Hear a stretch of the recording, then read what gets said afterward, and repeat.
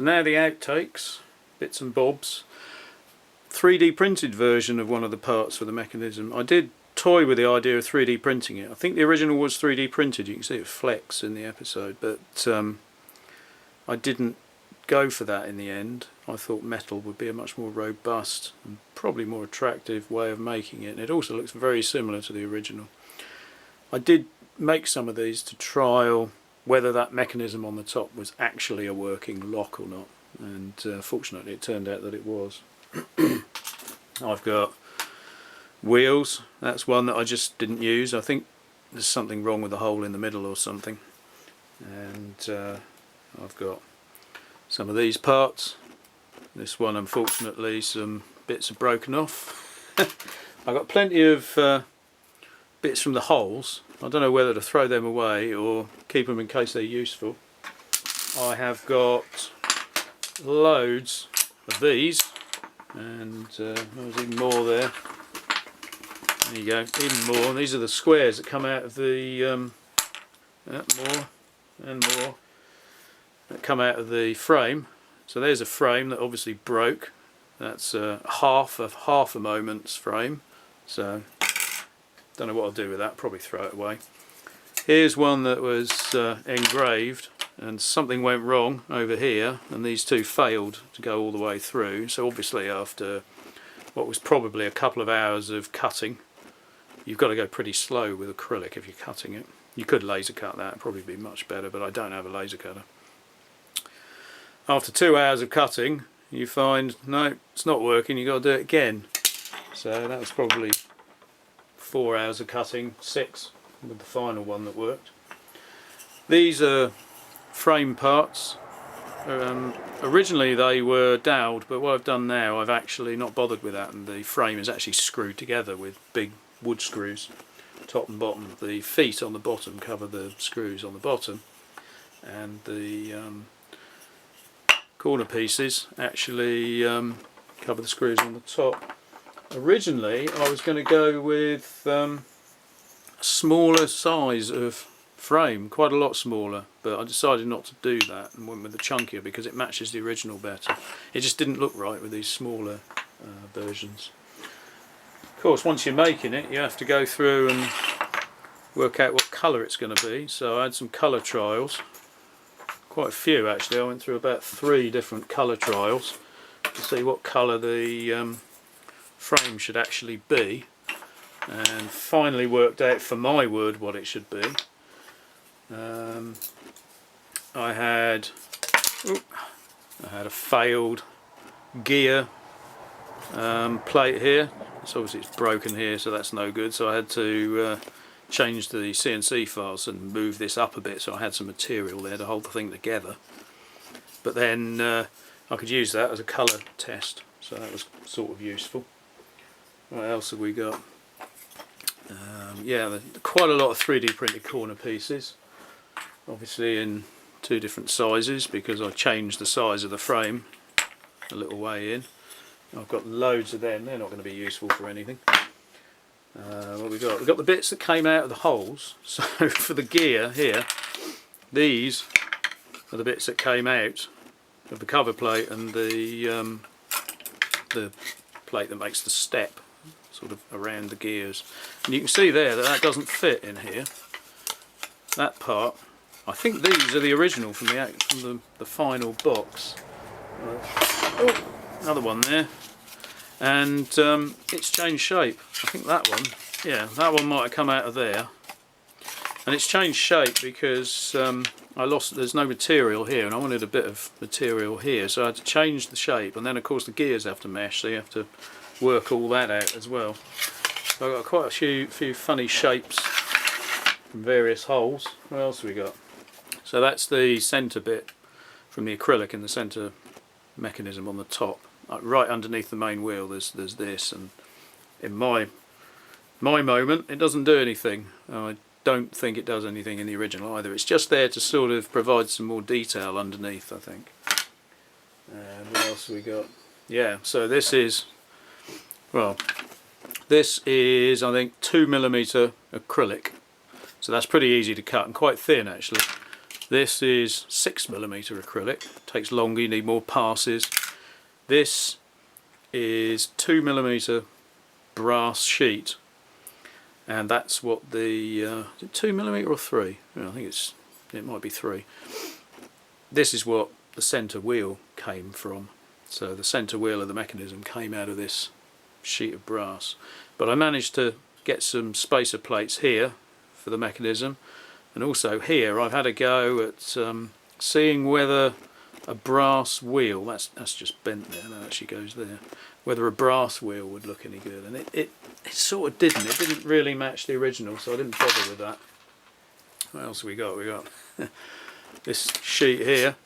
This is where all these parts came out, and you can see there's more than one for each part, and some gears. There's a gear there. So this is the sheet that came out of, and I think that might be 6mm acrylic. Maybe that's 3. It might be 3. Well, this is 6, isn't it? So yeah, it's 3mm.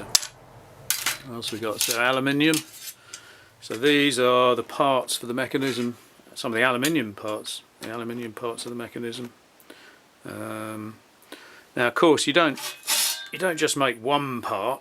Obviously, it goes wrong. So there's another one. So some more cutting out of a sheet. That's probably about it. I've got some more 3D parts, 3D printed parts, and I put these on a board and actually had little pins and nails to make sure that everything worked. And of course, when you cut out the little gold coloured acrylic things, they go wrong, so you end up with quite a few of those. What else? Oh, I do actually have the another box here. So that's the sheet that I cut the copper parts for the locking mechanism out. That went obviously quite well, because I only needed to cut 5 out when I wanted 4, so obviously something went wrong with one of them.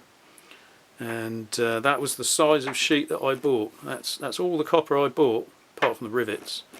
So that worked out quite well, because a lot of it I ended up buying a bit of aluminium, and it all went wrong, as you can see here. All went wrong, and I had to buy another bit of aluminium to make it again. But with the copper, I managed to do that just once, I think. So quite pleased with that. I don't really know what to do with all these parts. It seems a bit of a shame throwing them away. So I was wondering about making a little collage or something. Something like put them all in a frame. It's sort of like an exploded moment or something.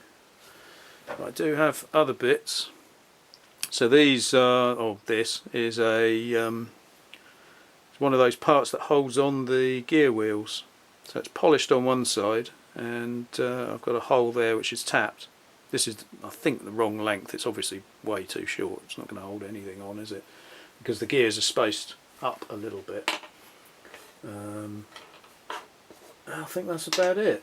And there's other bits and bobs. Obviously I've got lumps of brass and things that I haven't used. I just cut them off and didn't use them. But yeah, so I ended up with sort of, it's like an explosion in a moment factory here. As I'm tidying up, I'm finding all sorts of bits and bobs. Mainly these. Then you've got 3mm acrylic that the gears were cut out of. These would be the ones that are on the final box.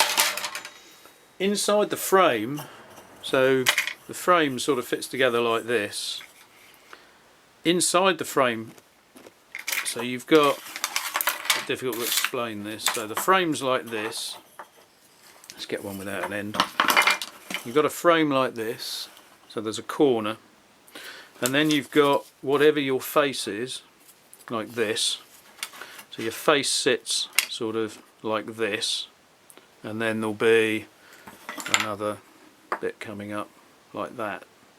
And inside, in this corner, I'm actually holding the faces together with 3D printed brackets. So they're inside each of the corners. So I've got some information about that on my blog.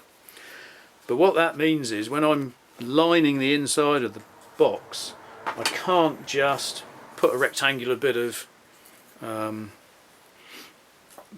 wood in there, because I've got those corner pieces. So it means that I ended up with that shape, being necessary, which is fairly elaborate. So I had to use several of these to actually fit inside the box, which was these were the parts that were then covered in crushed velvet. So they were cut on the 30-20, and obviously I've got quite a few of those because it's actually double depth. It goes round, and then I put another layer on. So there's one layer which hides the bolts, then another one which is smooth on top of that, and then I've got a couple more bits that the pen shelf rests on. So yeah, there's even more bits. This, which has got feet on it, that was my trial building plate for the mechanism. So you can see I've got holes here, and that's where the rivets for the centre and the 4 little wheels in the locking mechanism on the top. This is where I worked out exactly where they needed to be and what the dimensions were so that the whole mechanism would work. And then I took these and put them in a CNC file and cut the final plate, which is now in the box, which holds the mechanism. So I spent many days fiddling around with bits on that piece of wood. Well, I even put it on feet. I was using it so much. Stop it sliding around. This is a failed top plate. So that is actually this. So that's engraved as well. There's a pattern that you put underneath that top mechanism. You can't really see it because the mechanism's on it, but it is there. And this is what I finally came up with. And then all the holes that are needed are actually done in this DXF file, which ends up being turned into G-code. Of course, it's useful for testing colours to work out exactly what colour you want the thing. And of course, there's another failed one on the back. So, I mean, that is basically scrap. But I am wondering whether to sort of build something up as a sort of inverse failed moment or something, because I've got quite a few parts here, and there's acrylic, there's sheets like that. I mean, that's vaguely useful, not particularly. I mean, this one here I can probably use the rest of the acrylic, but, I mean, even copper, I was going to melt that down, but there's all sorts of bits and bobs. I mean, there's corner bits. I don't know whether to do that or not. The frame is there. I mean, just putting that like that, that's looking sort of interesting, just like that. What else could we put on there? Got various wheels, and then if I sort of screwed it down, I could hold the thing. I could actually put it up on some stands and actually hold it up and make it a 3D sort of exploding moment. I don't know whether it's worth putting the effort in or whether I just throw it away. Not sure yet. Then wood stain samples. Quite a few of those. There's probably more than this. Whoop. Various different colours and so on. And what I finally ended up using was this. Rosewood was the colour that I used for the frame, and also the side, the panel on the top, this one here, that panel that is on the top under the mechanism, and it's rosewood from a company called, I think, what are they called? Wood to Do. Wood to Do. I think that was the company. Wood to Do. Dark pine was the wrong colour, but I did use that for the carrying box that I made to carry this thing around in. So I did use that. It's a completely different colour though. So I don't know what the original was. There's reference material on the internet, and I just tried to make it look the same, and I think it probably is pretty much. But yeah, rosewood 250. Anyway, that's what I ended up with, together with lots of little bottles of colours that I'll probably never use. Well, I'll use once. well, twice if you include this video, I suppose. While we're on the subject, sprays and paints, lacquer, that's the lacquer I used for the top mechanism, the parts that you touch. So Rustin's metal lacquer, pretty good stuff that. The gold parts, the gears side, I used that 151 spray paint metallic gold. So that is actually spray painted, which does look fairly similar to the original prop. Then I noticed that the frame on the original had a sort of shiny sort of tone to it. It did seem to be, I think it's varnished, so I used some yacht varnish. Now this doesn't have a huge, it's clear gloss, doesn't have a huge effect, but it does make the frame, the wooden frame around the outside, slightly shinier, which sort of makes it more similar to the original, and also should give it a bit of protection from people grabbing hold of the box, because you've got to lift it by the frame. There's a bit of varnish on there to protect it a bit from that. And I've just found, I didn't think I had one of these, I've just found one of the very small washers that I made. So this is machined using the 3020 out of 0.2mm stainless steel. So you can see they're the ones that I finally used. I didn't use the hand cut ones, they were a bit ugly, so took the time out to cut a few of those. They don't take very long. It's pretty hard material though, you have to be a little bit careful. Again, I've used a 1mm cutter for that. I must have made quite a few actually. Well, I must have made 6, something like that. So I'll put that in my box of parts that I've got.